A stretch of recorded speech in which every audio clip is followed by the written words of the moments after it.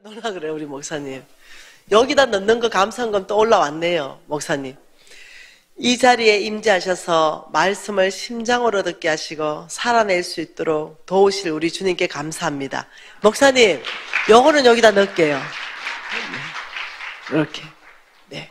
이분이 똑같은 분이 3개를 하셨어요. 목사님 그럴 줄 알고 아마 여기다 넣는 것도 있고. 너무 감사하다. 저한테도 왔다.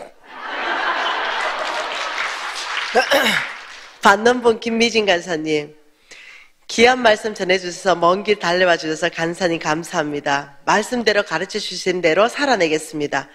적은 금액이지만 주요비 플로잉합니다. 아 진짜 센스가 있다 진짜. 챙겨가려고요. 네, 우리 목사님은 넣으려 그러고 나는 챙겨가려 그러고. 나는 주님께서 나를 위로하신 거에 대해서 확신이 있습니다. 그리고 저는요, 네, 충분히 감사함으로 받는 훈련이 되어 있습니다. 그리고 저는 또 충분히 흘러보낸데도 여러분 상상을 초월할 만큼 흘러보냅니다. 자유합니다, 저는. 우리 목사님 못 받는 거 보세요.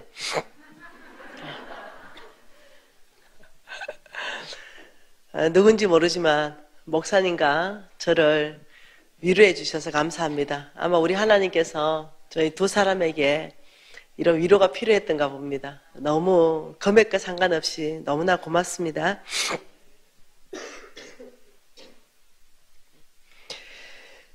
하나님 말씀은요, 모든 것이 사랑입니다. 예. 이해가 되든 이해가 되지 않든 사랑입니다. 우리가 하나님 말씀에 따라서 주의를 성수하기로 결정하는 그 행동이 무슨 행동이냐면요, 하나님이 내 주인입니다, 이걸 확정하는 행동이에요. 이렇게 했죠. 로마서 6장 16절에 너희가 누구의 말에 순종함을 받으면 그 순종함을 받는 자의 종이 되는지를 알지 못하느냐, 이렇게 말했어요. 그러니까 사탄이 이렇게 말했죠. 따먹어라. 눈이 밝아져서 하나님처럼 될 것이다. 근데 하나님은 따먹지 말라. 정령 죽을 것이다. 죽었죠. 하나님과 관계가 단절됐죠. 예, 눈이 밝아진 게 아니라 파괴됐죠. 네. 그렇듯이 우리가 사단의 말에 순종하여 들어서 하나님은 누구의 말에 순종함을 받으면 그 순종함을 받는 자의 종이다, 이렇게 말하는 거죠. 우리가 가게를 합니다. 그 가게에서는 끊임없이 돈을 벌고 싶은 욕구가 있습니다. 그러면서도 이렇게 말합니다. 난 돈 많이 벌어가지고 난 진짜 선교하기 위해서 돈 법니다, 이렇게 말합니다. 나하고 상담한 그 사람도 그렇게 말했습니다. 나는 돈 많이 벌어서 선교하고 싶습니다. 그래서 주일날 문 열면 안 될까요? 스스로 쏟고 있는 거죠. 왜냐하면 선교하고 싶은 마음이 진짜 진실입니다. 그게 거짓이 아니에요. 그런데 내 주인이 누군지를 파악을 못하고 있는 거죠. 내가 선교하지 마세요 이랬어요. 선교하지 마시고 하나님 말씀에 순종하는 걸 뭐라고 하냐면 제사가 순종보다 좋다는 말씀이 바로 여기에 쓰는 겁니다. 예, 지금 당신은 순종은 안 하고 제사를 지내고 있습니다. 하나님 앞에 그 큰 문제 때문에 사울이 잘리는 겁니다. 사울이 더 이상 쓰임받지 못했어요. 이게 무엇인지 깊이 이해하셔야 됩니다. 마음이 너무 착하고 좋으니까 진짜 하나님 나라에 선교하기 위해서 돈을 벌고 싶은 마음의 동기가 진짜 저는 100% 믿어요. 그러나 너무 말씀에 무시하니까 차라리 그 돈 벌지 말고 포기하세요. 그리고 성경금 안 해도 돼요.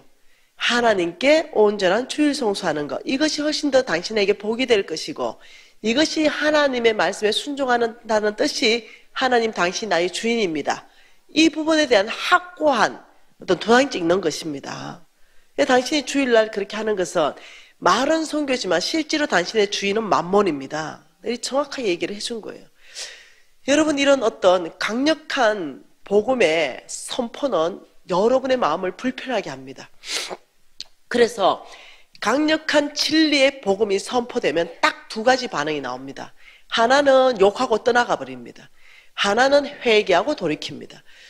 그래서 제 메시지를 듣는 데는 딱 2가지 종류의 사람이 나타납니다. 정말 회개하고 돌이켜서 하나님 중심적으로 돌파하는 사람이 있는가 반면에 욕하고 떠나는 사람이 있어요. 왜 그러냐면 불편하거든요. 이 강력한 진리를 선포하니까 부딪히거든요. 왜 나는 저 강사가 진짜 내 속도 모르고 한다, 진짜. 내가 지금 주일날 문 닫으면 죽게 생겼는데, 이러니까 불편한 거예요, 이런 메시지들이. 네. 그래서 이 메시지를 하는 것은, 여러분, 제 유튜브 전체를 들어보세요. 주일 성수에 대해서 말한 거 단 한 번도 10년 동안 없었을 거예요. 들으신 분은 없을 거예요. 오늘 처음 얘기하니까. 그냥 여러분 교회에서 하나님이 이끄시는 대로 한 거예요, 그냥. 네. 원래 묵상하는데 하나님이 이것을 깊이 말씀하신 거예요. 그래서 1월 말에 제가 또 대전의 송천 장로교회에서 강의하는데, 기도하는데 거기에도 이 메시지를 할 마음을 크게 주셨어요, 저에게. 네. 저는 3개월 일정을 놓고 기도합니다. 그러면서 하나님이 그 교회마다 주실 그런 메시지를 묵상하게 합니다. 그래서 이런 강력한 오리지널 복음이 원색적으로 선포될 때는 네, 안에 불편한 거예요. 네. 그렇기 때문에 부정직한 사람은 정직하라면 불편하고, 주일 성수 못하는 사람은 주일 성수하라면 불편한 거예요. 이때가 여러분 내가 불편했거든요. 이때 여러분 반응을 바뀌면 좋겠어요. 바꾸셔가 불편한 게 아니라 나에게 지금 하나님이 은혜를 주시는구나. 나에게 지금 하나님께서 부드럽게 말씀해 주시고 나에게 지금 바른 길로 갈 수 있도록 제시해 주구나. 이렇게 바꿔주면 참 좋겠어요. 그래서 이 말씀할 때마다 제가 늘 주님 인기 있는 말 좀 하면 안 됩니까? 왜냐하면 이런 말 안 하고 그냥 여러분의 감정에 제가 인기 있고 여러분을 다 울릴 수도 있고 여러분을 다 웃게 할 수도 있고 이런 강의 왜 안 하고 싶겠어요? 여러분에게 왜 인기 있고 싶지 않겠어요? 근데 주님은 아니라는 거예요. 내가 너에게 보여주는 만큼 말할 것이며 내가 가르쳐주는 만큼 너는 말할 것이라. 네가 사람을 두려워하면 내 종이 아니니라. 여러분 끊임없이 나한테 도전되어 있는 직면은 뭐냐? 두려움입니다. 여러분 앞에 설 때 이 메시지가 분명히 어느 사람이 크게 어렵다는 거 제가 알고 있거든요. 그러니 두려운 거죠. 모든 사람에게 만족을 주고 싶고 그들을 격려하고 위로해 주고 싶은데, 그런데 하나님은 아주 레디컬한 메시지를 전하라 할 때 제 안의 두려움과 싸워야 되는 거예요. 제 안의 모든 인기는 포기해야 되는 거예요. 오직 하나님 앞에 홀로 외롭게 서야 되는 거예요. 예, 아버지, 주께서 주시는 이 메시지를 제가 사람의 눈을 생각해서 전하지 않으면 주의 종이 아닙니다. 그리고 원래부터 결단한 거예요. 주님이 주시는 메시지 선포하겠습니다. 주일 성소에 대해서 강력하게 전하겠습니다. 결단한 거예요. 여러분에게 복이 될 줄 저는 확신합니다. 하나님 말씀, 누가복음 말씀 보겠습니다.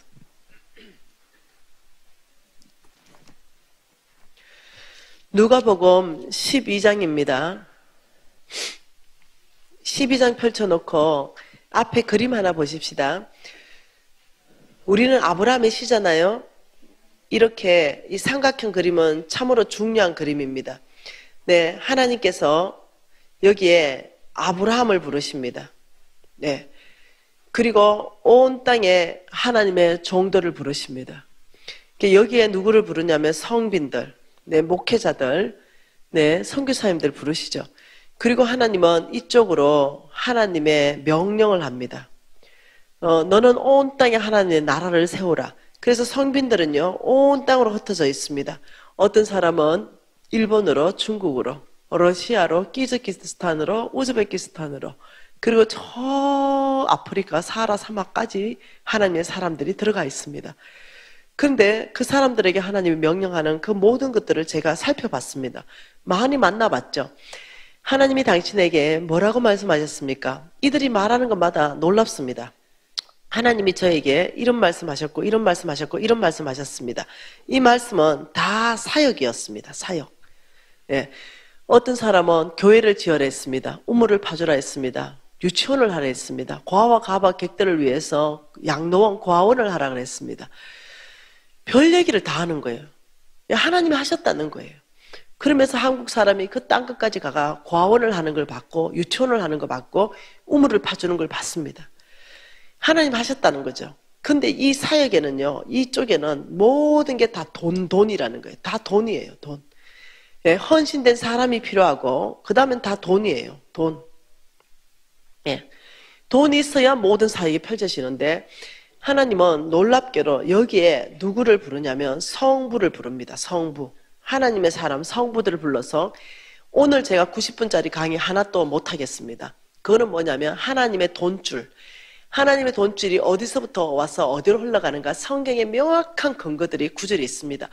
여러분 이 정도 되면 여러분이 이제 강사를 신뢰할 겁니다. 아마 저 강사는 지 말을 하는 것이 아니라 철저한 성경적 기반 안에서 한다는 걸 이해하셨을 거예요.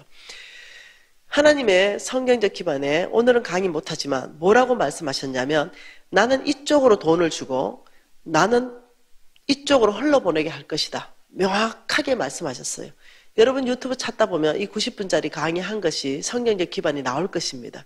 하나님은 돈을 어디로 준다고요? 성부에게 줍니다. 하나님은 성빈에게 하늘에서 돈이 뚝 떨어지게 하지 않는다는 거예요. 하나님은 이 성부들, 하나님의 재물 줄 사람들을 불러서 그 곳간을 채우고 넘치게 해서 어떻게 하시냐면 곳간을 넘치게 하십니다. 뭐라고요? 예, 곳간을 넘치게 하십니다. 창고를 넘치게 한다는 얘기예요. 그 곳간을 넘치게 해서 놀랍도록 이 성자, 이게 창고입니다. 예, 이것이 성부의 창고입니다. 이 창고를 하나님께서는 넘치게 부으신다. 예, 꽉 차게 부으신다. 그리고 흘러 넘치도록 하신다. 그리고 흘러 넘치도록 해가 흘러 넘치는 걸 가지고 성빈들에게 주게 해서 그의 맡긴 사역을 감당하게 하신다. 이게 성경 전체 안에서 나오는 성경적 기반 안에서 돈의 흐름입니다. 하나님은 누구한테 돈을 줘요?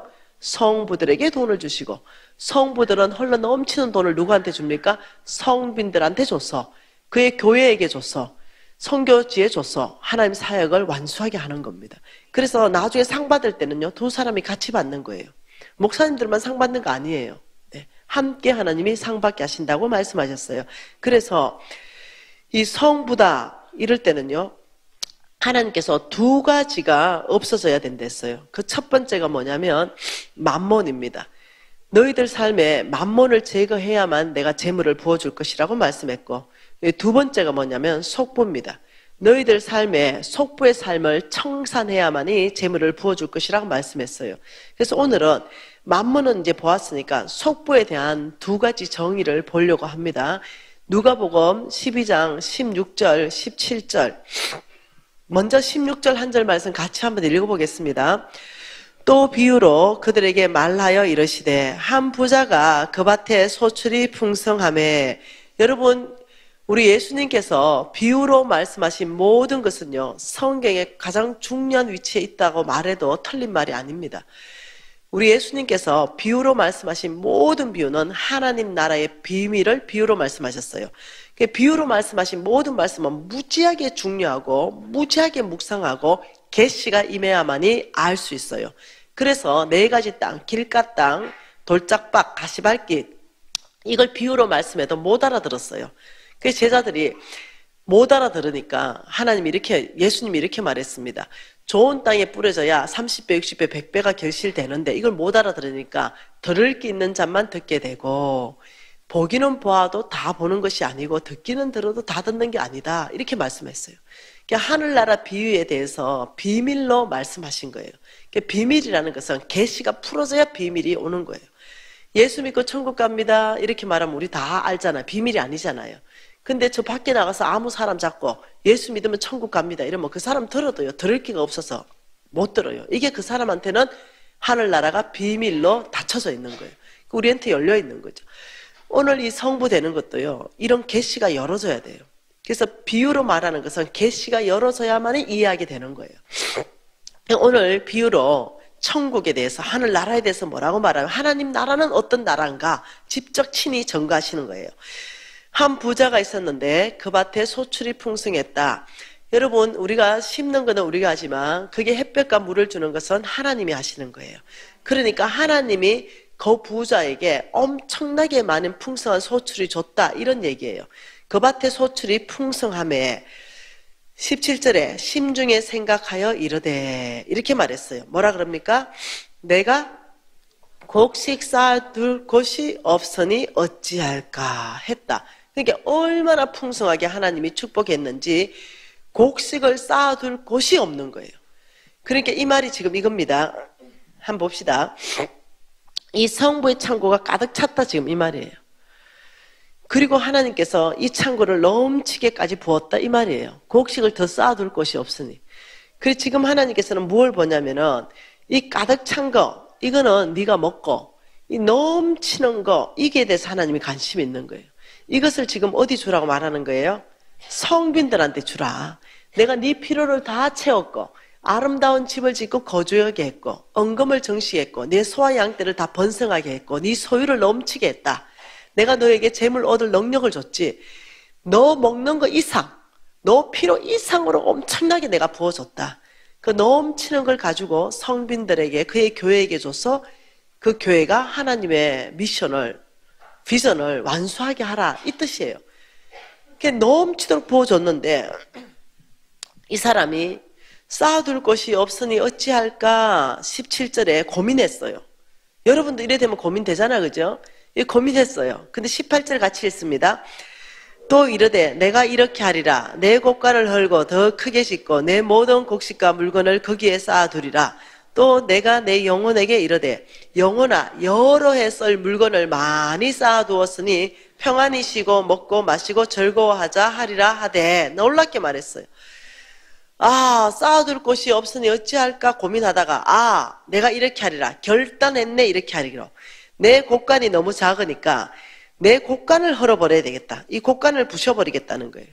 그러면서 결단한 게 뭐냐면 내 곡간을 이만큼 크게 넓혀야 되겠다. 이렇게 크게 내 곡간을 크게 넓혀야 되겠다.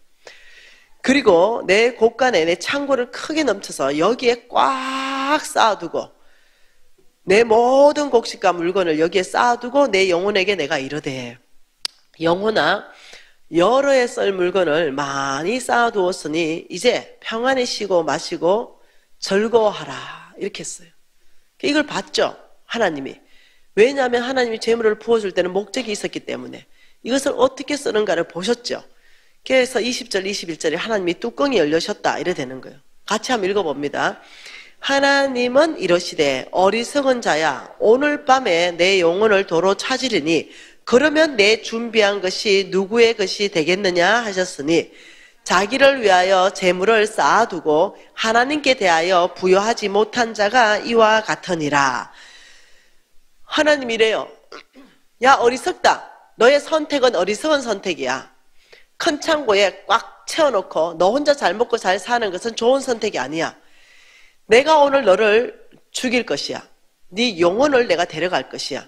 그러면 이 큰 창고에 꽉 차놓은 거 이거 너 누구 거 되는지 너 대답 한번 해봐 이렇게 말했어요. 그러면서 속부의 정의가 하나 나옵니다. 여기에 속부의 정의가 뭡니까? 자기를 위하여 재물을 쌓아두고 그러니까 자기에게는 부여하다는 거예요.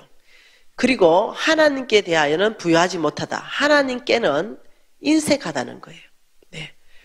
이것이 속부다 이렇게 말했어요.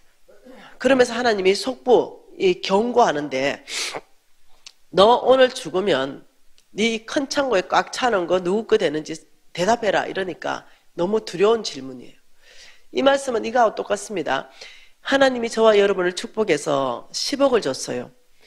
그러니 10억짜리 아파트를 샀는데 또 10억을 줬어요. 또 아파트 샀어요. 또 10억을 줬어요. 또 아파트 샀어요. 또 10억을 줬어요. 땅 샀어요. 그러니까 하나님이 보다 못해가 그 아파트 왜 자꾸 사냐? 하나님 하나는 아들 주고 하나는 딸 주고 네. 그리고 땅은 왜 샀냐? 노후 대책 아닙니까? 또 주니까 또 건물 사 뭐냐? 이것도 노후 대책입니다. 또 이건 아들한테 물려줘야 됩니다. 아무리 쏟아 부어줘도 나만을 위해서 내 자식만을 위해서 그 이웃이 죽든지 교회가 무너지든지 아무 상관을 안 해. 그냥 나만을 위해서 쌓고 오직 큰 창고 지어서 꽉 여기다가 쌓아놓고 나는 여러 해 동안 나 혼자 잘 먹고 잘 살아야지 이 모습과 똑같은 거죠. 그러니까 하나님이 보다 못하니까 이런 속부들이 세상에 꽉 차면요 돈이 안 돌아요. 그래서 하나님이 턴다 그래요. 예, 그러면 질문합니다. 너를 데려가겠다.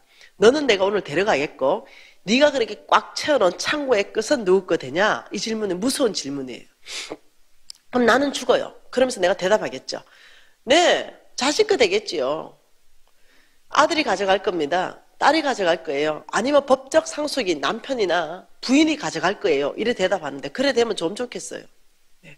그래 될 것 같으면 하나님께서 이 질문을 안 해요. 이것이 누구 거 되는지를 확인해 보면 참 두렵다는 거예요. 한번 봐보십시다. 욥기서 27장 말씀 보십시오.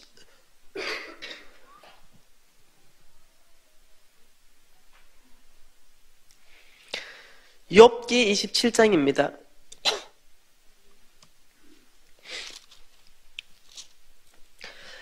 자, 욥기 말씀을 이해하기 위해서는 미가서 말씀과 같이 이해해야 됩니다.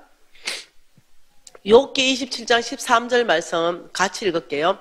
악인이 하나님께 얻은 분기, 포악자가 전능자에게 받은 산업은 이것이다.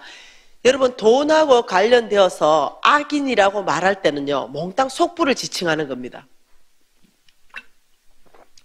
그래서 돈하고 관련되어서 악인이라 나오면 여러분이 속부로 바꿔 읽어도 성경에 오류가 없어요. 속부가 하나님께 얻은 분깃과 속부가 전능자에게 받은 산업, 그 결과는 이것이다 이 뜻이에요. 14절에 15절의 결과입니다. 같이 읽을까요? 그의 자손은 번성하여도 칼을 위함이고 그의 후손은 음식물로 배부르지 못하게 할 것이며 그 남은 자들은 죽음의 병이 들 때 묻히리니 그들의 가부들이 울지 못할 것이며 그가 비록 은을 티끌같이 삭고 의복을 진흙같이 준비할지라도 그가 준비한 것은 의인이 입을 것이요 그의 은은 죄 없는 자가 차지할 것이다. 그 속부가 하나님께 인색하고 자기에게 부유하게 큰 창고 지어놓은 속부가 죽을 때는 자손이 음식물로 배부르지 않게 하겠다. 그리고 그 속부가 준비한 은, 그 속부가 준비한 의복, 아무리 진흙같이 많이 준비했다 하더라도 속부가 준비한 것을 의인에게 다 줄 것이다. 그러니까 하나님은 속부의 재물을 지금 누구한테 준다는 거예요? 참 놀랍게도 의인에게 주겠다는 거예요. 의인. 이것이 우리를 어렵게 하는 거예요. 지금 안 나오나요? 예, 의인에게 주겠다는 거죠. 네. 이 속부의 재물을 의인에게 줄 것이다. 그가 준비한 것은 죄 없는 자가 차지할 거다. 아, 이 의인은요, 로마서의 정의는 의인은 오직 믿음으로 말미암아 살리라. 믿음으로 사는 사람에게 주겠다는 거예요. 그 시편 37편에 뭐라 하는지 압니까? 의인은 은혜를 베풀고 주는 자다 이렇게 말합니다. 이것을 여러분 좀 더 이해하려면요, 미가서 말씀으로 보충해야 좀 더 이해가 됩니다. 미가서 말씀 볼게요. 미가서 6장 말씀으로 좀 더 한번 보충해 보십시다. 미가서 6장 10절, 11절, 12절 석절 말씀 같이 읽을게요. 악인의 집에 아직도 미가서 6장 10절입니다. 요나서 뒤에 있습니다. 같이 읽을게요. 악인의 집에 아직도 불의한 재물이 있느냐? 축소시킨 가증한 에바가 있느냐? 내가 만일 부정한 저울을 썼거나 주머니에 거짓 저울추를 두었으면 깨끗하겠느냐? 거 부자들은 강포가 가득하였고 거 주민들은 거짓을 말하니 그 혀가 입에서 거짓되도다. 악인의 집, 내 속부라 그랬죠. 10절에 악인의 집에 불의한 재물이 있느냐, 가정한 에바가 있느냐. 다시 말하면 속부의 정의 두 번째가 뭐냐면요, 부정직한 삶을 산다는, 부정직. 이 부정직한 삶을 살아서 돈을 위해서 부정직한 일을 한다는 거예요. 불의한 재물을 모으고 가증한 에바, 대를 속이고 사이즈를 속이고 부정직한 저울을 쓰고 거짓 저울추를 쓰고, 거부자들은 누구요? 악인요. 속부, 거부자들, 악인들, 속부들은 입도 거짓되다. 그래, 한마디로 말하면 속부에 대한 정의는 부정직한 삶을 사는 사람이 두 번째 속부에 대한 정의입니다. 왜? 속부의 주인은요, 하나님이 아닙니다. 맘몬입니다. 그렇기 때문에 맘몬은 부정직한 삶을 살게 하거든요. 네, 대표적으로 살게 하고 맘몬은 인색하게 하거든요. 그렇기 때문에 못 나눠주고 완전히 자기만을 살게 하거든요. 그러면서 13절에 이 속부에 대한 결과를 하나님께서 놀랍게도 말씀하셨어요. 그 결과가 뭡니까? 그러므로 결과입니다. 그러므로 나도 너를 쳐서 병들게 하였으며, 하나님이 사람 다루는데요, 기본적으로 병으로 다루십니다. 이게 보통 일이 아니에요. 왜? 완악해서 병이 안 보내면은 안 들으니까 말을. 그러므로 너희들이 속부임으로 하나님께 인색하고 자기에게만 부여하고 부정직한 삶을 삶으로, 그러므로 내가 너를 쳐서 병들게 하며 너의 죄로 말미암아서 너를 항폐하게 하겠다. 14, 15절 어떤 항폐함을 주는지 봅시다. 내가 먹어도 배부르지 못하고 속이 빌 것이며 내가 감추어도 보존되지 못하겠고 보존된 것은 내가 칼에 붙일 것이며 내가 실을 뿌려도 추수하지 못할 것이며 감람 열매를 밟아도 기름을 내 몸에 바르지 못할 것이며 포도를 밟아도 술을 마시지 못하리라. 어떤 항폐함이냐면요, 재물요. 재물을 하나님께서는 다 끝내겠다. 네, 이거거든요. 그러니까 너희가 먹어서 못 배부르고 너희 감춰놓은 것까지도 내가 찾아서 칼에 붙여버린다. 아, 재물 못 숨겨요. 네. 하나님이 찾아낼 때는요, 숨겨놓은 모든 것이 다 날아가 버립니다. 그리고 네가 씨를 뿌려도 수수하지 못하고 감람 열매 밟아도 기름 못 바른다. 너 포도를 밟아도 술 못 마신다. 이 굉장한 결핍, 기근, 이거예요. 그러니까 이 두 가지 결과, 여러분 질문 있어요? 이 두 가지 결과를 그러므로 주신다고 하는데 과연 이것이 하나님의 성품에 맞냐는 거죠. 너무 하나님 성품에 안 맞아요. 우리 하나님은 병든 자를 고치시고 연약한 자는 강하게 하시고 죽은 자는 살리시고, 네, 우리 하나님 그러신 분이에요. 오히려 낙심한 자는 소망으로 이렇게 주시는 분이죠. 그런데 이 결과가 너무나 하나님 성품에 안 맞는 것 같은 이 결과를 어떻게 우리가 받아들일 거냐는 거예요. 네. 여러분, 성경 저는 다 이해를 못하고 있어요. 네, 누구도 성경을 다 이해하는 사람은 없어요. 네, 그렇지만 제가 한 가지 아는 게 있어요. 성경을 이해 못할 때는 반드시 비밀번호를 넣어야만 이해가 된다. 하나님은 사랑이시라. 그분이 이런 결과를 주는 이유가 뭐냐면 사랑 때문이라는 거죠. 사랑. 그분이 사랑 때문에. 그러면서 이분은 놀랍게도 이런 결과를 주는 데 있어서 우리가 이해를 좀 더 잘할 수 있도록 16절에 친절하게 왜 그런지 이유를 설명을 했다는 거예요. 16절 같이 했습니다. 너희가 오므리의 율례와 아합의 집의 모든 예법을 지키고 그들의 전통을 따르니 내가 너희를 항폐하게 하였다. 이거 이유를 설명한 거예요. 너희가, 여러분, 오므리가 누굽니까? 오므리는 아합의 아버지예요. 아합의 부인은 이사벨이에요. 이사벨에 섬겼던 신은 바알 신입니다. 바알은 농업의 신이에요. 바알의 원래 이름이 맘몬이에요. 그러니까 너희가 오므리의 율례와 아합의 집의 모든 예법과 전통을 지키고 그들의 전통을 따라가니 내가 너 두 가지로 항폐했다. 이 말은 너희들의 주인이 이미 바뀌어 있다, 이 말이에요. 맘몬은 뭐라고요? 목표가 주인을 바꾸는 거예요. 너희들의 주인이, 교회는 나올지 모르지만 너희들의 진짜 주인은 맘몬이라는 거예요. 그러니 내가 이 두 가지로 너희들한테 보낸다. 왜요? 네, 여러분 기억하세요. 뭘로 기억해? 왜 이것이 사랑인지 한번 봐보십시다. 몇 군데 찾아봅시다.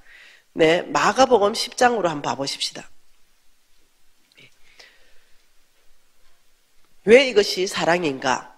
마가복음 10장에 17절에 한 절 같이 했습니다. 예수께서 길에 나가실새 한 사람이 달려와서 꿇어앉아 묻자오되 선한 선생님이여 내가 무엇을 하여야 영생을 얻을 수 있습니까?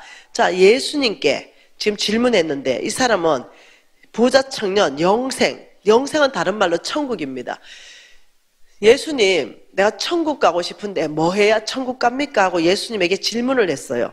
그럼 예수님의 대답을 잘 살펴보면은 이 사람이 잘한 걸 칭찬하고 있습니다. 네가 살인, 간음, 도둑질, 거짓 정연, 소욕 빼앗지 말고 내 부모를 공경하라. 이 말씀으로 이 사람을 칭찬했죠. 왜? 그가 여짜오되 20절에 선생님 이것은 내가 어려서부터 다 지켰습니다. 그러니까 어려서부터 이것을 다 지킨 청년이 지금 주님 앞에 와 있다면 여러분보다 더 나은 삶을 살았어요. 적어도 저보다 더 나은 삶을 산 것처럼 보이는 거예요. 예, 그런 아주 그냥 훌륭한 청년이 와 있어요. 어려서부터 다 지킨 거. 난 지금도 부모를 잘 못 공경하는데 참 어려서부터 다 지킨 그런 청년이 지금 와 있는 거죠. 그러니 21절이 진짜 예수님이 하고 싶은 말이 뭐냐면 예수께서 그를 보시고 사랑하사 그 아름다운 청년을 사랑하는 거죠. 그리고 예수께서 이 질문, 영생을 얻으려면 제가 뭐 해야 됩니까? 이 질문에 대한 답을 뭐라고 했냐면 너 있는 것을 팔아서 가난한 자한테 주라. 그래서 뭘로 말했냐면 돈으로 얘기했어요. 돈. 너 있는 걸 팔아서 가난한 자한테 주라. 이렇게 말하니까 왜 그랬을까요? 분명히 영생에 대한 질문을 하는데 왜 돈으로 대답할까요? 네. 믿음으로 대답해야 되잖아요. 여러분, 우리 있는 거 팔아서 가난한 자한테 주면 영생이 옵니까? 안 와요. 그게 아니라니까요. 네, 지금 이 질문은 무슨 질문이냐면 네 주인이 누구냐? 이 질문이에요. 창세기 3장 사건을 다시 만들어 재현하신 거예요. 창세기 3장 사건은 네, 사탄이 와가지고 아담과 하와를 깨우는 장면이에요. 깨는 장면이에요. 깨는 장면. 예, 따먹어라. 따먹지 말라. 네, 하나님 따먹지 말라. 사탄은 따먹어라. 너희가 누구의 말에 순종하면 그 순종함을 받는 자의 종이 되는지를 알지 못하느냐.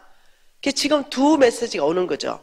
이 청년에게 예수님은 너 있는 걸 팔아서 가난한 자한테 주라. 그런데 이 청년이 진짜 의지하고 살았던 진짜 주인이 그때서야 드러난 거예요. 심장 안에서부터 드러나오면서 뭐라고 했냐면 돈을 사랑함이 일만하게 뿌리가 되나니 그러면 결국 돈을 사랑하는 생각만 집어넣으면 결과는 믿음에서 떠난다고 성경이 말하고 있는 거예요. 그러니 이 청년은 돈을 사랑하는 마음을 꽉 집어넣어준 청년이에요. 그래야 믿음에서 떠나니까. 믿음에서 떠나는 것은 하나님 말씀하는 데서 떠나는 삶을 산다는 거죠. 이 청년에게 너 있는 걸 팔아 가난한 자한테 도와주라. 이러니까 진짜 주인 맘몬이 말도 안 돼. 저 예수가 뭐라고 하냐? 빨리 떠나가. 이것은 네 거거든. 네 돈이거든. 이게 어떻게 하나 예수님 거냐? 너 거니까 빨리 떠나가. 네. 근데 여러분 이 청년이 고민하는 거예요. 예수의 말을 따를 것인가? 진짜 주인 맘몬의 말을 따를 것인가? 결과를 보면요. 이 사람이 누가 주인인지 보이는 거죠. 왜? 누구의 말에 순종하면 그 순종함을 받는 자의 종이라고 성경이 말하기 때문에 우리의 모든 기준점은 말씀입니다. 말씀이 그렇다면 그런 거예요. 말씀이 아니라면 아닌 거예요. 다른 어떤 거 가지고 얘기하면 안 돼요. 말씀이 기준점이 돼야 되는 거예요. 그러니 이 청년은 떠나갔어요. 재물이 많은 고로 22절에 슬픈 기색을 하고 근심하면서 예수를 떠나갔다. 이게 뭐냐면 믿음에서 떠나는 거예요. 맘몬이 성공한 겁니다. 그 청년 뿌리 안에 그 청년 심장 안에 돈을 사랑하는 마음만 집어넣어 버리니까 이 청년 스스로가 예수를 떠나는 믿음에서 떠나는 것을 선택하는 거예요. 그러니까 23절에 예수께서 둘러보시고 제자들에게 이러시되 재물이 있는 자는 하나님 나라 들어가기가 심히 어렵다. 그러면 난 못 들어갑니까? 나 재물이 있는데. 그게 아니라는 거예요. 네, 그러면서 25절에 얼만큼 어렵냐? 낙타가 바늘기로 나가는 것이 부자. 이때 이 부자가 성부가 아니고 속부. 이 속부가 하늘나라 들어가는 것보다 쉽다. 왜? 지금 주께서 말하는 것은 이 속부는 천국 못 간다라고 지금 결정적인 단서를 지금 얘기하는 거예요. 왜냐? 속부의 주인이 누구라고요? 맘몬이기 때문이라고 얘기하는 거죠. 너희가 오므리의 율례와 아합의 집의 모든 예법과 전통을 따라가니 내가 너희들을 항폐하게 했다. 여러분 이 메시지만 가지고 부족합니다. 여러분 다 이해하기가 좀 더 이해해 보십시다. 예? 돈을 가지고 얼마나 천국과 지옥을 설명하는지 좀 더 한번 봐보십시다. 누가복음 볼까요? 누가복음 16장 말씀 봐보십시다. 돈은 주인을 바꾸기 때문에 그렇습니다. 놀랍게도 성경은 돈을 가지고 천국과 지옥을 말하고 있습니다. 네. 16장 19절, 19절에 여러분 다 아는 말씀입니다. 한 부자가 있어 자색 옷과 고운 베옷을 입고 날마다 호화롭게 즐기더라. 그런데 나사로라 이름하는 한 거지가 헌데 두승이로 그의 대문 앞에 버려졌다. 이게 버려졌다 이 말이에요. 그러니까 가난한 자를 돌보라는 아버지 명령에 관심이 없는 거예요. 그냥 거지는 자기는 호화롭게 즐기지만 그 거지에게는 아주 인색한 거예요. 그냥 버려놨어요. 그리고 두 사람이 죽었어요. 죽어서 22절에 그 거지가 죽어서 천사에게 받들려 갔어. 그 부자도 죽어서 장사되었다 이랬어요. 그 23절에 그 부자가 음부에서 고통 중에서 눈을 들어서 아브라함 품에 있는 나사로를 보면서 너무나 고통스러워서 한마디 합니다. 24절에 아브라함이여 나를 좀 긍휼히 여기십시오. 나사로를 좀 보내서 그 손가락 끝에 물을 찍어서 내 혀를 서늘하게 해주십시오. 내가 이 불꽃 가운데서 괴로워합니다. 여러분, 지옥은 불이 있습니다. 많은 사람들이 억지로 이 지옥을 자꾸 희석시키려고 하는데 아니요. 하나님이 명확하게 지옥은 불이 있다 그래요. 그것도 영원히 꺼지지 않는 타는 불이라 그럽니다. 그러니 이 부자가 그 불꽃에 너무나 고통스러워서 물 한 방울만 달라고 얘기했어요. 근데 25절에 아브라함이 이르되 예 부자야 너는 살았을 때 좋은 거 받았고 나사로는 고난을 받았다. 그것을 기억하라. 이것을 기억하라가 뭐예요? 너는 살았을 때 네 마음대로 좋은 걸 다 누리고 살았고 하나님 명령에 그 가난한 자를 안 돌본 거 그거 너 기억해라. 그래서 이제는 그 가난한 자는 여기서 위로받고 너는 괴로움을 받는다. 그것뿐만 아니라 26절에 우리와 네 사이에는 큰 구렁텅이가 놓여 있어서 여기서 거기로 건너가지도 못하고 거기서 우리에게 건너오지도 못한단다. 27절에 이 부자가 그러면 청이 있습니다. 그 당신 품에 있는 나사로를 우리 아버지 집에 좀 보내주십시오. 이 육신의 아버지 집에 좀 보내주십시오. 이유가 28절에 내 형제 5놈이 있습니다. 그들에게 정언하게 해주십시오. 천국과 지옥을 정언하게 해주십시오. 그들이 이 고통받는 곳에 오지 않게 해주십시오. 이렇게 말한 거죠. 왜? 그 형제 5놈이 똑같이 지하고 똑같이 살고 있다 이 말이에요. 네. 그러니 자기가 직접 가보니 지옥이니 내 형제들이라도 구원받게 해주십시오. 그러니까 놀라운 말씀을 하는 것이 아브라함이 이르되 그들에게는 모세와 선지자들이 있으니 그들에게 들으라. 여러분 이 모세와 선지자들은 무슨 말이냐면요. 이 말씀을 말하는 거예요. 말씀. 구약 전체를 말하는 거예요. 말씀이 그들에게는 말씀이 있다. 말씀 안에서부터 깨달아라 이 말이에요. 말씀 안에서부터 들으라. 그러면서 31절에 모세와 선지자들에게 듣지 아니하면 비록 죽은 자 가운데서 살아나는 자가 있다 하더라도 그들은 건함을 받지 않는다. 사람들 마음이 그렇게 완악하다는 거예요. 여러분 지금 하나님께서는 김미진이라는 주의 종을 세워서 여러분에게 지금 이 재정에 대한 모든 말씀을 듣게 하시는 거예요. 네. 그걸 이해하셔야 돼요. 그냥 저에게 강의시키는 게 아니에요. 주의 뜻을 다 듣게 하시고 여러분을 축복하시기를 원하신다는 걸 이해하셔야 됩니다. 여기에서도 지금 돈 문제를 가지고 놀랍도록 지옥이냐 천국이냐 말하고 있다는 거예요. 왜 그렇습니까? 오직 주인 바꾸는 거는 돈이거든요. 돈이 주인을, 여러분 오히려 있잖아요. 우리에게 고통을 주고 오히려 막 그런 거 나오잖아요. 영상에 너 예수를 부인하면 쏴버리겠다 권총을 대잖아요. 그럼 어떠냐면 이러잖아요. 이러면 죽어버려요. 그런 고통이 절대로 우리 주인을 못 바꾼다니까요. 근데 유일하게 성경에서 바꿀 수 있는 거는 돈이다. 돈이 주인을 바꾼다. 교회는 나오지만 진짜 주인은 하나님이 아니라는 거예요. 그런 사람이 있을 수 있다는 거예요. 한 구절 더 봐볼까요? 더 심각하게. 자, 마태복음 말씀으로 또 봐보십시다. 마태복음 25장 말씀으로 또 봐보십시다. 마태복음 25장 왜 돈 가지고 천국 지옥을 말씀하시는가? 마태복음 25장 33절입니다. 여러분 한번 봐보세요. 저를 봐볼까요? 제가 지금 앞으로 선 이 복도를 기준으로 해서 이쪽을 오른쪽으로 하고 이쪽을 왼쪽으로, 그날에는 예수님이 반드시 알곡과 쭉정이를 가릴 것이며 양과 염소를 가립니다. 우리가 그날에 만일 오른쪽에 속하거나 그날에 만일 왼쪽에 속했다면 왜 속하는지 알아보자는 거죠. 33절에 같이 읽습니다. 양은 오른편에 염소는 왼편에 두리라. 그때에 임금이 그 오른편에 있는 자들에게 이르시되 내 아버지께 복받은 자들이야 나와 창세로부터 너희를 위하여 예비된 나라를 상속받으라.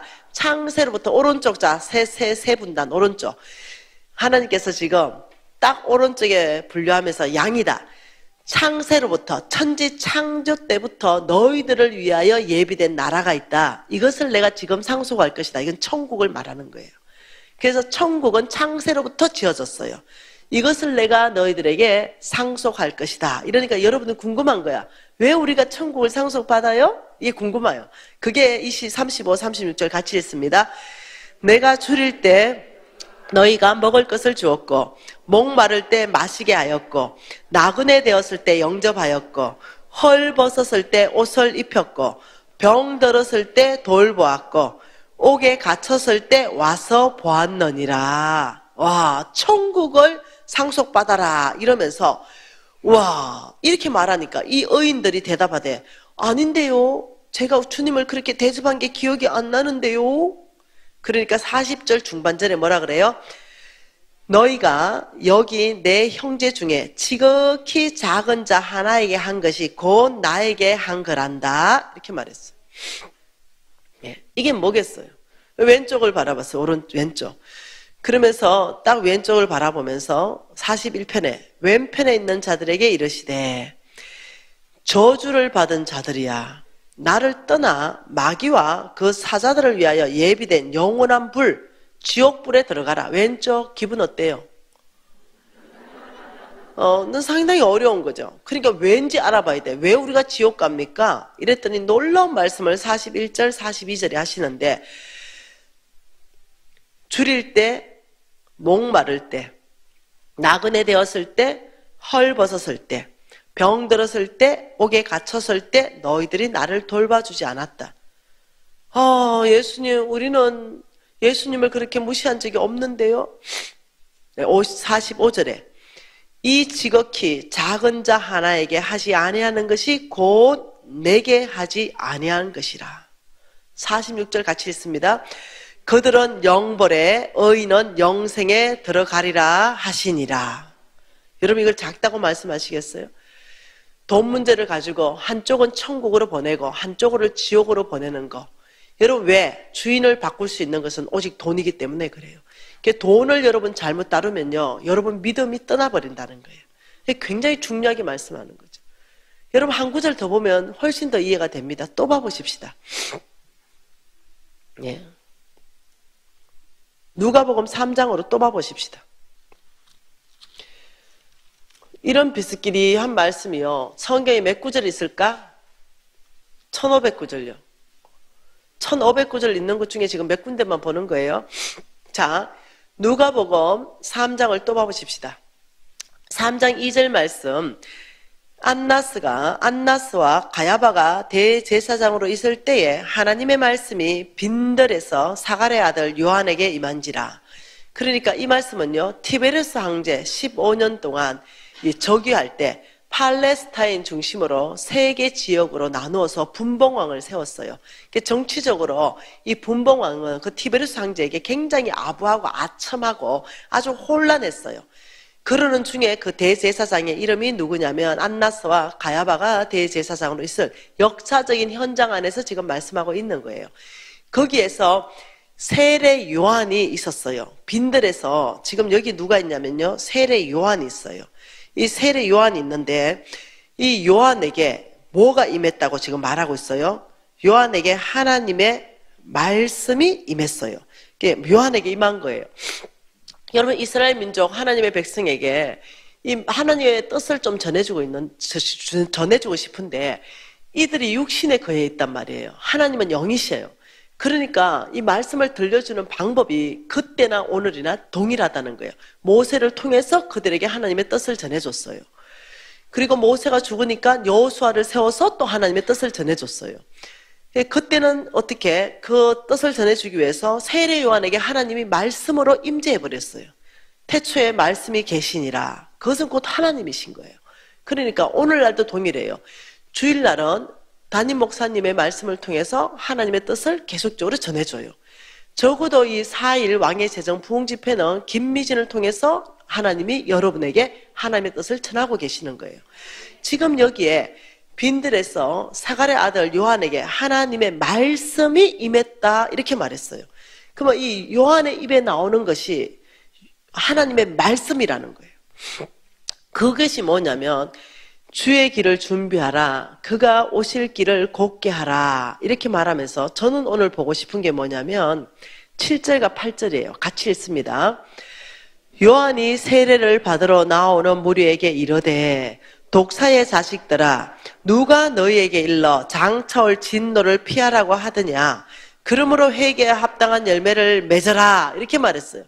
그러니까 요한에게 하나님이 말씀으로 임하셔서 요한의 입을 빌려가지고 이렇게 말했어요. 이 독사의 자식들아 회개에 합당한 열매를 맺고 장차올 진노를 피하라 이렇게 말한 거예요. 아, 지금 놀라운 말씀이에요. 장차올 진노는 뭡니까? 지옥입니다. 지옥. 이 독사의 자식들아 회개에 합당한 열매를 맺고 장차올 지옥 이것을 피하라. 이건 저에게 지금 하시는 말씀이에요. 이건 지금 다시 요한의 입에서 말씀하셨던 말씀을 하나님은 김미진 입을 통해서 여러분에게 말씀하시는 거예요. 이게 굉장히 무서운 말씀이에요. 장차올 진노, 지옥을 피하려면 이 독사의 자식들아 회개에 합당한 열매를 맺어라. 아, 이러니까 이 메시지가 너무나 강력하니까 불특정하게 불특정한 무리들이 몰려왔고요. 그 다음에 두 번째는 세리들이 몰려옵니다. 세 번째는 군인들이 두려움으로 몰려와요. 그리고 다 요한에게 옵니다. 그리고 이 말에 대해 묻습니다. 10절에 같이 읽습니다. 무리가 물어 이르되 그러면 우리가 무엇을 하리까? 이게 불특정한 다수가 회개에 합당한 열매를 맺고 장철 진노를 피하라 이 독사의 자식들아 일어났더니 무리들이 너무 강력한 메시지니까 그러면요 우리가 무엇을 해야 회개에 합당한 열매입니까? 이렇게 말했다는 거예요. 그러니까 11절에 뭐랍니까? 대답하되 옷 두 벌 있는 자는 옷 없는 자에게 나누어 주고 먹을 것 있는 자는 먹을 것 없는 자에게 나누어 주라. 지옥을 말하면서 또 돈으로 말하네요. 그리고 12절에 세리가 왔어요. 세리들도 세례를 받고자 하여 와서 이르되 선생님 우리는 그러면 무엇을 합니까? 똑같은 말이에요. 여러분 삭개오 세리 알죠? 부정직한 삶. 네. 왜 주인이 바뀌어 있죠. 그러니까 이르되 13절에 부가된 것 외에 거두지 말아라. 부정직한 삶 청산해라. 왜?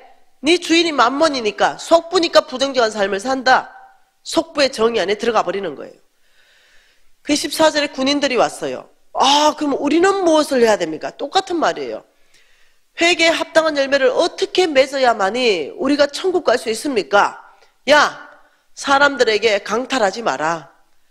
거짓 고발도 하지 말고 너희들 받은 급료를 족한 줄 알아라. 다 돈이에요. 여러분 놀라운 사실은 이 말씀이 여기만 있는 게 아니라는 거예요. 지금 여러분 몇 구절을 봤는데 성경 전체 안에서 돈 문제를 가지고 천국과 지옥을 끊임없이 말하고 있다는 거예요. 왜요? 돈을 사랑함이 일만하게 뿌리가 되나니 이것을 탐내는 자마다 믿음에서 떠난다. 그리고 자기를 찌른다. 믿음에서 떠나는 거예요. 교회는 나와요. 교회는 나온다니까요. 그런데 믿음에서 떠나요. 이것이 위험하다는 거예요. 내가 교회 나온다고 천국이 자동적으로 보장이 되는 게 아니에요. 여러분 많은 사람들이 오해하는 게 뭔지 압니까? 많은 사람들이 오해하는 거. 천국은요 돈으로 못 가요. 천국은 오직 예수를 믿는 믿음으로 갑니다. 네. 이 믿음은요 자동적이지 않아요. 자동적으로 믿음이 되는 게 아니에요. 믿음은 얘기했죠. 하나님 말씀에 끊임없는 훈련을 통해 가지고 믿음의 삶을 살아내는 사람이 돼야 된다 그랬죠. 자동적이라는 것은 이런 거죠. 예를 들면은 영적 권위가 있다. 영적 권위. 이것이 있다. 누구겠어요? 목사님들, 장로님들, 권사님들, 선교사님들 영적 권위가 있어요. 그러면 내가 이 영적 권위가 있기 때문에 내가 목사로서 장로로서 자동적으로 나는 믿음으로 사는 사람이다. 착각하지 마세요. 절대 아니니까. 네. 목사님이라 하더라도 믿음으로 못 사는 목사님 있을 수 있다니까요. 장로라 하더라도 믿음으로 못 사는 장로 있을 수 있다니까요. 네. 하나님이 오죽하면 먼저 된 자가 나중 되고 나중 된 자가 먼저 된다 할까요? 오늘 예수 믿기 1년밖에 안 됐지만 그가 믿음의 사람일 수도 있다니까요. 믿음으로 산다는 것은요 절대 자동적이지 않다는 걸 아셔야 됩니다. 그러니 깨어 있어야 됩니다. 목사님들 깨어 있어야 돼요. 장로 권사들 깨어 있어야 된다니까요. 영적 권위가 자동적으로 내 믿음을 보장해 주는 게 아니라니까요. 두 번째, 신앙의 연수. 난 모태신앙이야. 나 20년 됐어. 나 50년 믿었어. 이 신앙의 연수가 있다고 해서 모태신앙을 해서 자동적으로 믿음으로 사라지는 게 아니라니까요. 모태신앙을 하더라도 믿음으로 못 사는 사람이 있다니까요. 내가 신앙 50년 생활했다 하더라도 네, 교회만 다녔지 믿음이 없을 수 있다니까요. 이 사람들이 착각한다는 거죠. 그래서 목사님이다 장로님이면 믿음이 무지 좋을 것이다. 네, 대부분 좋아요. 네, 다른 사람보다 훨씬 좋습니다. 왜 그런지 압니까? 말씀을 많이 연구하기 때문에 믿음이 쌓이는 거죠. 믿음은 말씀을 들음으로써 난다. 그러니까 일반 성도들보다 훨씬 목사님들이 주님과 교제를 많이 하죠. 일반 성도들보다 장로님들이 훨씬 더 교제를 많이 하는 게 맞아요. 권사님들이 훨씬 더 교제를 많이 하는 게 맞아요. 그렇지만 영적 권위가 자동적으로 믿음의 사람을 보장하는 건 아니라는 거예요. 믿음은 객관적으로 증명이 돼야 된다 했어요. 객관적으로. 예. 이 객관적으로 증명되는 게 뭐냐? 말씀 안에서 내가 순종하느냐? 이게 믿음을 객관적으로 증명하는 거예요. 예. 하나님은 고아와 가부와 객들을 도와주라 이 말씀을 성경에서 1500번 이상 말씀하셨어요. 도와주라고 했어요. 명령으로 하셨어요. 도와줘도 안 도와줘도 된다 이게 아니에요. 겉면상으로 말한 게 아니에요. 그냥 바로 다이렉트로 명령으로 했어요. 네가 내 말에 명령에 순종하든지 불순종하든지 명령이라는 거 두 가지밖에 없는 거예요. 그렇게 했는데 우리는 안 도와주고 있다는 거죠. 그들을 외면하고 있다는 거예요. 오히려 나에게 큰 창고만 짓고 있다는 거예요. 하나님께서는 이 내 창고를 가득 채울 때 여기가 지금 내 창고거든요. 지금 이 부분만 내 창고거든요. 이 부분을 하나님은 꽉 채워주고 이 넘치는 것은 주의 종들에게 줘서 하나님 나라를 확장했는데 이 넘치는 거 요것만 꽉 채우면 돼요. 넘치는 건 다 흘러보내야 돼요. 이게 하나님 나라입니다. 넘치는 건 다 하나님 나라에 써야 돼요. 이게 하나님 나라예요. 그런데 성경을 읽어보면 놀랍죠. 하나님은 이 창고, 내 창고를 꽉 채우는데 처음에는 많은 자리로 채워요. 그런데 내가 순종하죠. 내가 말씀을 따라서 주죠. 하나님 주라는 것을 줘요. 하나님 주라는 가난한 사람한테 주죠. 하나님 주라는 선교사에게 주죠. 그럼 하나님 나라 확장하죠. 하나님은 온 땅이 주님을 알게 될 때 그제야 끝이 오는 거예요. 그러니까 하나님은 우리 모두는 온 땅까지 복음을 전해야 되는 우리는 책임을 가지고 이 땅에 왔어요. 거기엔 다 돈이라니까요. 네. 근데 우리가 그게 주는 거예요. 그러면 주라. 하나님이 주라는 그곳에 주라. 그리하면 너희들에게 누르고 흔들어 넘치도록 하여 안겨줄 것이다. 처음에는 그 창고에 많은 자리가 차는데 나중에는 그 창고를 내가 부수지 않아요. 내 창고는 그냥 제한했죠. 내가 넘친 건 주고 있죠. 그런데 내 창고는 제한됐지만 그 공간 안에 하나님께서 수표로 채울 때는 어떻게 되냐는 거예요. 내가 창고를 부수지 않더라도 그 공간에 하나님이 금땡이로 채우게 되면 어떻게 될까요? 예, 그 공간에 하나님이 다이아몬드로 채우면 어떻게 될까요? 내가 스스로 창고를 부수지 않는다 하더라도 하나님은 내 재물을 넘치게 하신다고 성경은 정언하고 있다는 거예요. 그러니 하나님이 넘치고 내 창고 안에 내용물을 받고 가시는 거지.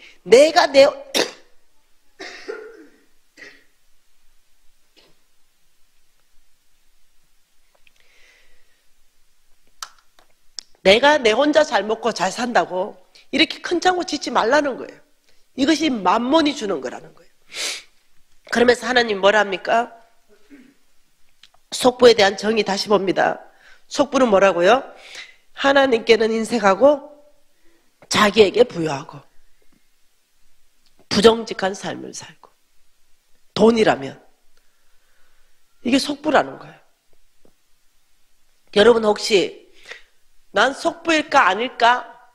네, 그냥 이 말씀에 딱 비춰가지고 결론은 끝납니다. 돈을 위해서 나는 부정적이게 살았습니다. 저는 하나님께 인색했어요. 내가 평생을 30% 헌금했지만 사실은 더 했어야 됐거든요. 하나님 준 게 훨씬 많았거든요. 근데 나는 내 빌딩을 샀어요. 빌딩을 사고 땅을 사고 빌딩을 사고 땅을 사고 오히려 나는 내 재물을 불려갔습니다. 예, 훨씬 더 할 수 있는 걸 더 안 했어요. 말씀에 비춰보니까 저는 인색한 사람이었어요. 저는 상대적으로 했죠. 쟤는 10% 하는데 난 30% 했어.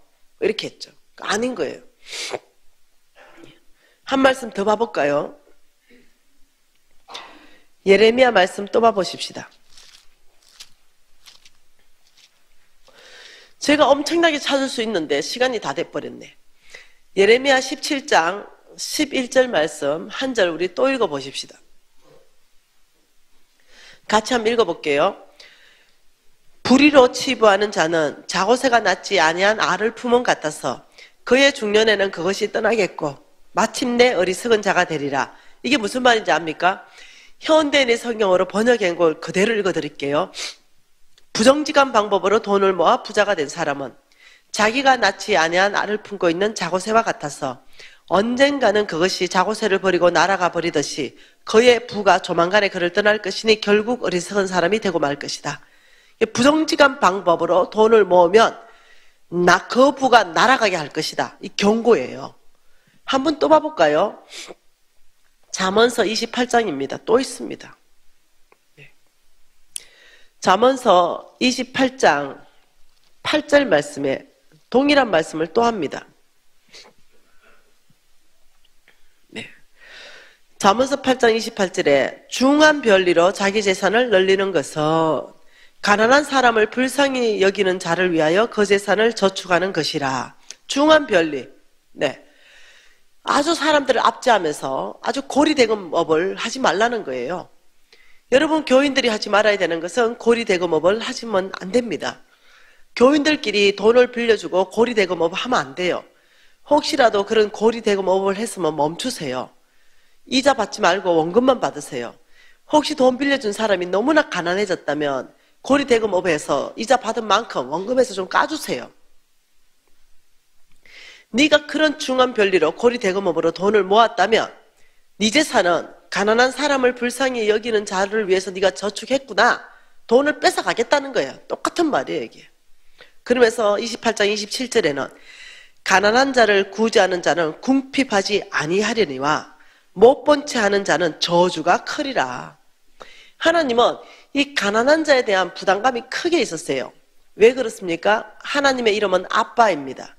고아와 가바 객들의 특징은 보호자가 없다는 거예요. 아빠라는 그 이름 자체가 보호자입니다. 그러니 하나님께서는 가난한 자를 돌봐주는 그 사람은 나의 대리자로 정말 이 가난한 아빠의 부담감을 함께 나누는 자예요. 그러니 가난한 자를 구제하는 자는 궁핍하지 않게끔 내가 너의 떡반죽 그릇을 넘치게 하겠다는 거예요. 이 말씀이 또 있어요. 잠언서 13장 한번 봐볼까요? 22절입니다. 잠언서 13장 22절 같이 읽을게요. 선인은 그 산업을 자자손손에게 끼쳐도 죄인의 재물은 의인을 위하여 쌓이느니라. 놀랍게 말씀했어요. 선인의 산업은 자자손손에게 끼친다는 거예요. 여러분, 잠언서 19장 14절에 보면 이렇게 말합니다. 집과 재물은 조상에게서부터 상속받는다. 이렇게 말해요. 그러니 성부의 재물, 선인의 재물은 자자손손에게 끼친다. 이 말이 뭐냐면요. 성부들은요, 자녀 손손에게요, 재물을 물려주게 하신다는 거예요. 집도 물려주게 하고, 땅도 물려주게 하고, 빌딩도 물려주게 하고. 네, 하나님은 집과 재물을 조상에게서 상속받게끔 하셨어요. 그런데 죄인의 재물은 의인을 위하여 쌓인다. 속부의 재물을 말해요. 속부의 재물은 뺏어서 어인에게 주겠다. 또 이렇게 말씀하는 거예요. 이해되시나요? 성경에 너무 엄청나게 많이 말씀하시는 거예요. 제가 진짜 더 많이 찾고 싶은데요. 시편 37편으로 보십시다. 마무리 한번 해보십시다. 73편으로 마무리하십시다. 73편으로. 37편도 똑같은 말입니다. 시편 73편에 1절, 2절, 3절을 4절 말씀에 보면은 무슨 말이냐면 이 다윗 시대에 쓰여진 이 시편 기자 아삽이요. 아, 진짜 하나님 말씀이 왜 이렇게 이루어지지 않지? 와, 속부가 형통하지. 하나님은 속부를 죽인다고 했는데 왜 이렇게 형통하고 왜 이렇게 죽을 때 그 사람들은 고통도 없고 재물은 불어나는가? 난 시험 들었네. 이 장면이에요. 네. 자, 2절, 3절, 4절, 12절 같이 읽겠습니다.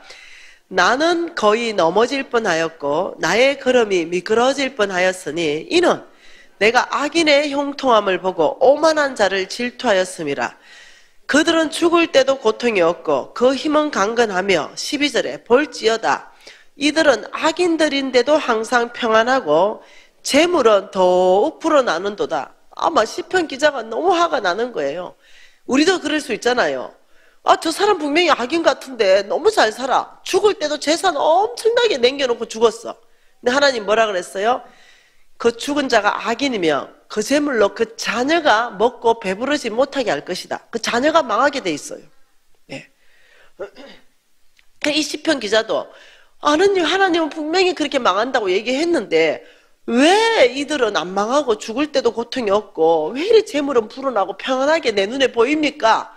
그러니까 하나님이 네 눈에 그래 보이느냐? 그들의 마지막을 네가 보고 받아 적어라. 네, 성경은 하나님의 감동으로 다 적은 거예요. 하나님 말씀하심으로 적었다는 거예요. 그 17, 18, 19절 같이 읽겠습니다. 하나님 성소에 들어갈 때야 그들의 악인의 종말을 내가 깨달았습니다.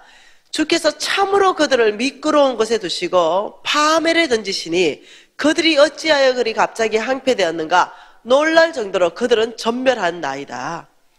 아, 여러분 이 말씀을 가볍게 여기실 것인가요? 오늘 여러분 한번 봐보세요. 말씀에 비춰보니까 속분 거예요. 아, 그렇다면 오늘 두려운 밤인가요? 아니요. 오늘은요, 새칸 찬스의 밤이에요. 왜 그런지 알죠? 말씀에 명확하게 비춰보니까, 이게 좀 띄워주세요. 내 얼굴이 뭐 그리 중요해. 네. 말씀에 비춰보니까, 아, 이게 속분 거죠. 하나님께 인색하고, 자기에게 부유하게 살았어요. 그리고 부정직하게 살았어요. 아, 그런데 병들지 않았다는 거죠. 예. 아, 재물이 안 날아갔다는 거죠. 오늘 말씀을 다 봐보니까 왜 오므리의 율례와 아합의 집의 모든 예법과 전통을 따라가서 내가 너희들에게 항폐하게 병을 보내고 재물을 다 없이 했는지 하나님은 사랑이시라. 알겠지요? 왜 그대로 두면 믿음에서 떠났고 그대로 되면 결국 파멸에 던져지고 그대로 가면 하나님께서 너희들은 지옥 간다고 말하고 있는 증거들을 우리가 봤어요. 그러니 왜 돈은 주인을 바꿔버리고 믿음을 떠나게 하고 교회는 나오지만 믿음이 없어요. 예, 너마서 은혜로 우리가 구원받았으면 야고보서는 너희들의 믿음은 행위로 드러나야 된다는 거예요. 그 행위는 말씀 따라 사는 삶의 행위예요. 그래야 너희들의 믿음이라는 거예요. 그러니 오늘 나는 병들지 않았어요. 속분데. 오늘 나는 재물도 있어요. 얼마나 굿뉴스예요. 여러분, 기독교의 진수가 뭔지 압니까? 다른 종교는요, 이 죄 문제를 해결하려고 배를 거요. 네. 그리고 엎어지고 자빠지고 엎어지고 자빠지고 이렇게 한다니까요. 왜? 내 죄는 내가 닦아야 된다 생각한다니까요. 근데 기독교의 진수는 뭐냐? 이미 십자가로 우리의 모든 죄를 사했어요. 그러니까 지금 내가 죽을 수밖에 없는 죄인이지만 십자가의 사건을 받아들이고 신앙 고백하면요, 이게 옮겨져요. 죽으면서 사망에서 생명으로 천국으로 옮겨지는 거예요. 이게 복음이에요. 그래서 너희들의 공로가 없다는 거예요. 오직 하나님의 의로 너희들이 그 믿는 믿음으로 너를 의롭다 하겠다는 거예요. 아, 참 놀라운 거 아니겠어요? 이게 복음이 뭔지 아세요? 내가 속부예요. 내가 지금 여기 속부죠. 그럼 병들고 재산 날아가야 돼요. 근데 놀라운 복음이 뭐냐? 내가 속부인 걸 깨닫고 내가 죄인인 걸 깨닫고 예수의 피를 의지하듯이 내가 속부인 걸 깨닫고 말씀을 의지해서 예 아버지 제가 돌이키겠습니다. 제가 회개합니다.